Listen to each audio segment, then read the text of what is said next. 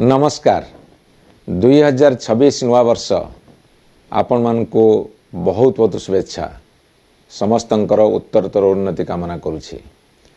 आज एक नुआ विषय वस्तु आपण सामना को आणुछि जो थे समग्र भारत वर्ष आज खेताक्त होउछि एवं भविष्यत पीढ़ी बहुत असुविधार सम्मुखीन होकु जाउछंती बा जनसाधारणकर स्वास्थ्य एवं आम माटीर स्वास्थ्य एवं आम परिवेशर स्वास्थ्य उपर विराट आंच आछि। ताहा होउछि गत डिसेम्बर शेष सप्ताह बर्तमान 2026 जनवरी प्रथम सप्ताह पर्यंत आमे आकाश रे सूर्य देखि पारनु भुवनेश्वर रे ओडिशार विभिन्न जगार तार कारण घन कुहुड़ी साथी रे एयर क्वालिटी इंडेक्स एते खराब अच्छी मान एते खराब अच्छी वायु मान एते प्रदूषण होइछि सूर्य मध्य डरुछंती आकाश रे हमको देखा देबा पई। तार कारण सब जदि जानिबे ताहले एक भयंकर दिग को उन्मोचित हब से संपर्क रे किछिटा अवतारण करिवु जदि सचेतनता सृष्टि करि परिबु ताहले हम कार्यक्रम रे आमे निजको धन्य मन करिवु। आसंतु देखिबे केमिति आमे नड़ा पाल पोड़ुचे केमिति आमे वायु प्रदूषण करुचे केमिति आमे माटीर उर्वरता को नष्ट करुचे केमिति आमे मनुष्यर स्वास्थ्य को क्षति पहुँचौचे केमिति आमे भविष्यत सभ्यता प्रति विपद ही छिड़ा होइचे।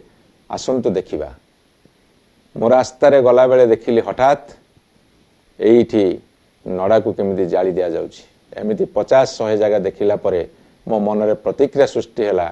मु इच्छा प्रकाश कली आमे सचेतनतार वार्ता बुनिबा। Topic stubble burning a big concern.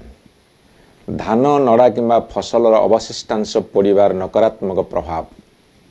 आमर चाषी माने होउछन्ति देशर मेरुदंड सेमानकर कर्म एवं निष्पत्ति आम जमी आम लोकंक स्वास्थ्य को गठन करे। जेतेबेले आमे नड़ा जाली दउ जेतेबेले फसलर अवशिष्टांश जाली दउ आमे आमर भविष्यत को जाली दउ।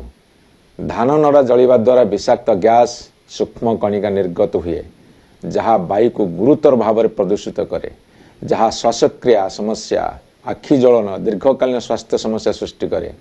विशेषकर पिला माने एवं बुढ़ा बुढ़ी माँ बापा मान बहुत असुविधार कारण हुए। फसलर अवशिष्टांश पोड़ीबा धुआर एक प्रमुख कारण। दृश्यमानता भिजिबिलिटी ह्रास हुए सड़क दुर्घटना घटे ग्राम एवं सहर गुड़िक दैनंदिन जीवन बाधाप्राप्त हुए एवं निरंतर जलिबा द्वारा बा अवशिष्टांश बा नड़ा जालिबा द्वारा मूल्यवान माटी बा आमर मूर्तिका ताथिरे जो पोषक तत्व थाए ताहा नष्ट हो जाए। माटीर उर्वरता ह्रास हुए चाषी मान को रासायनिक सार उपर अधिक अधिक निर्भर करने को बाध्य करे एवं एसबू पोड़ीबा द्वारा उच्च तापमात्रा वृद्धि हुए माटी थिबा लाभदायक सूक्ष्मजीवी मान को मारी दिए गुड बैक्टेरियाज को मारी दिए जहाँ सुस्थ फसल वृद्धि पाई जरूरी। नड़ा पोड़ीबा द्वारा निर्गत धुआं जलवायु परिवर्तन को आहुरी वृद्धि करुछि विश्व उष्णता वृद्धि करुछि अनिश्चित वेदर बा क्लाइमेट ढांचा सृष्टि करुछि जहाँ शेष में कृषि की एवं मानव सभ्यता को क्षति पहुंचाउछि जहाँ एक क्षणस्थायी समाधान परि मने हुए। ह्रासित उत्पादन अधिक इनपुट खर्च एवं क्षयक्षति जमी माध्यम दीर्घकालीन आर्थिक क्षति होता है। से प्रथमे चाषी माने ही शिकार होती कारण से माने दीर्घ समय धरी धुआर संस्पर्श आसती जहाद्वारा तांको आस्मा तांकर लंग्स फुसफुस संक्रमण हुए हार्ट प्रॉब्लम हुए मस्तिष्कर प्रॉब्लम हुए एवं अनेक गुड़े स्वास्थ्यगत समस्या सृष्टि हुए।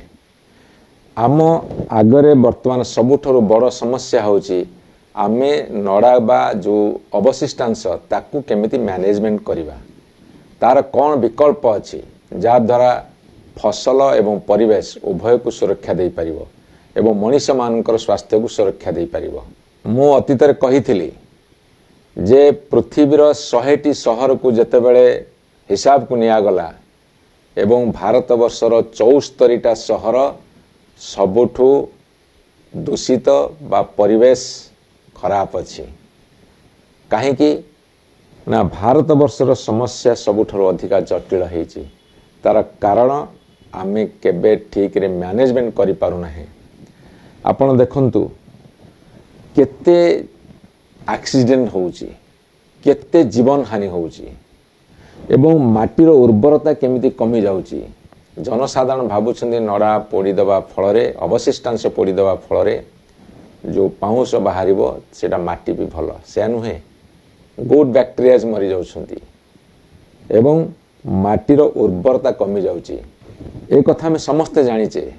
मु एबे बुलिला बेले देखिली ओडिशार विभिन्न जगह रे गदा हेइथिबा पाळ कुटा नड़ा एवं अवशिष्टांश ताकू पोड़ीबार लागिछन्ती।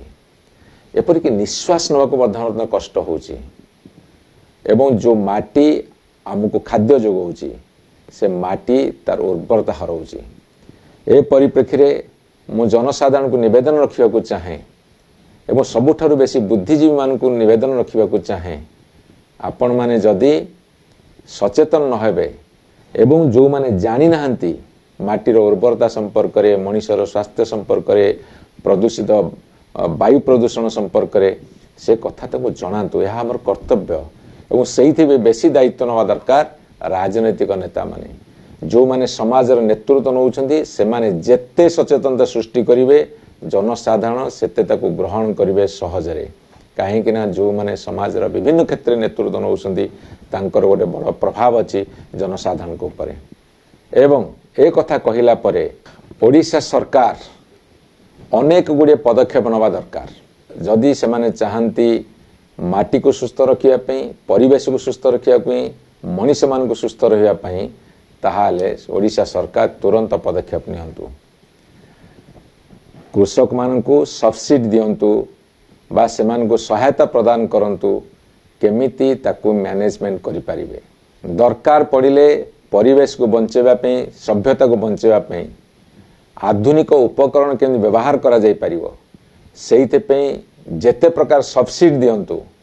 आपणकर कंपोस्टिंग करिबा जैव पचन भली अण जलाइबा पद्धति ग्रहण करिबा सेमान को आर्थिक प्रोत्साहन दबा समय सीमा मध्य धान संग्रह एवं सर्वनिम्न सहायक मूल्य प्रदान द्वारा चाषी मान ऊपर शीघ्र जाली खेत सफा कर चाप ह्रास पाइब एवं जालिबार व्यावहारिक विकल्प देखा बहुत बड़ पदक्षेप नवा दरकार। जनसाधारण को ट्रेनिंग दवा दरकार तालीम दवा दरकार एवं प्रदर्शन कार्यक्रम करिया उचित। आपनकर सोशल मीडिया बहुल भाव में व्यवहार करी सचेतनता सृष्टि करने दरकार। धान नड़ा भित्तिक शिल्प जेपरिक जैव शक्ति प्लांट चारा यूनिटी और पैकेजिंग ये सब सामग्री चाषी मान अलिया को संपत्ति रे परिणत करि परिबो। सरकार कृषि मेला करूछन्ती किंतु प्रचार प्रसार कम होची। सेल्फ हेल्प ग्रुप मान को ए दिगरे मध्य आपण माने सहायता देले से माने प्रचार प्रसार करि परिबे। कृषक उत्पादक संगठन एफपीओ तांको मध्य सहायता देले से माने मध्य प्रचार प्रसार करी तार जत्न नै परिबे। ओडिया भाषा रे स्थानीय गणमाध्यम रे खबर कागज रे हो सोशल मीडिया रे हो टीवी माध्यम रे हो ताको जेते अधिकार अधिका प्रचार करि परिबे सेते भलो हबो। एवं पंचायतर स्थानीय युवपीढ़ी मान को नहीं सहर हो पंचायत हो स्थानीय युवपीढ़ी मान को नहीं कमिटी गठन करंतु सेमान को ए दिगरे सहायता प्रदान करिवा पई आपण उत्साहित करि परिबे। एवं सबुठारु बड़ कथा होउची एई कथा न जालिबाकू ए नड़ा पाळ न जालिबाकू न पोड़ीबाकू ताकू स्वतंत्र भाव में आपण माने दायित्व नहीं जी अमान्य हब ताकू मध्य दंड विधान करिवार गोटे चिंता करिवा दरकार। विश्वविद्यालय हो आमर जमी कृषि विश्वविद्यालय हो बा अन्य कृषि भित्तिक जो सब कार्यक्रम होची से माने आगभर हवा दरकार। मुझे ये कही रखिली आज ओडिशार विभिन्न जगह बुलिला बेले मु देखिली बहु जगार निया लगे दि जाइछि। आपण जानिकरी आश्चर्य हेबे जे खरा दिन आसिले मध्य ओडिशार जंगल रे 22 रु 25 हजार जगार प्रतिवर्ष निया लगुछि। तेबे देखंतु केते बड़ क्षति होउछि एवं भारत वर्ष सारा विश्व कौ दिग को गति करुछि। ମୁଁ ଆପଣମାନଙ୍କୁ ନିବେଦନ ରଖୁଛି ସରକାରଙ୍କୁ ଯଦି ଏ ବାବଦରେ କିଛି 1000 କୋଟି ଟଙ୍କା କିଛି 100 କୋଟି ଟଙ୍କା ଖର୍ଚ୍ଚ କରିବେ ତାହା କ୍ଷତି ନୁହେଁ ବରଂ ଆଗାମୀ ପିଢ଼ି ସଭ୍ୟତାକୁ ବଞ୍ଚେଇବା ଇଏ ହେବ ସବୁଠାରୁ ବଡ଼ ଅବଦାନ ବା ଯୋଗଦାନ ବା ପଦକ୍ଷେପ। ତେଣୁ ସରକାର ତୁରନ୍ତ ପଦକ୍ଷେପ ନିଅନ୍ତୁ। ଜନସାଧାରଣଙ୍କୁ ମୋର ନିବେଦନ ରହିବ ସେମାନେ ମଧ୍ୟ ସହଯୋଗର ହାତ ବଢ଼ାନ୍ତୁ।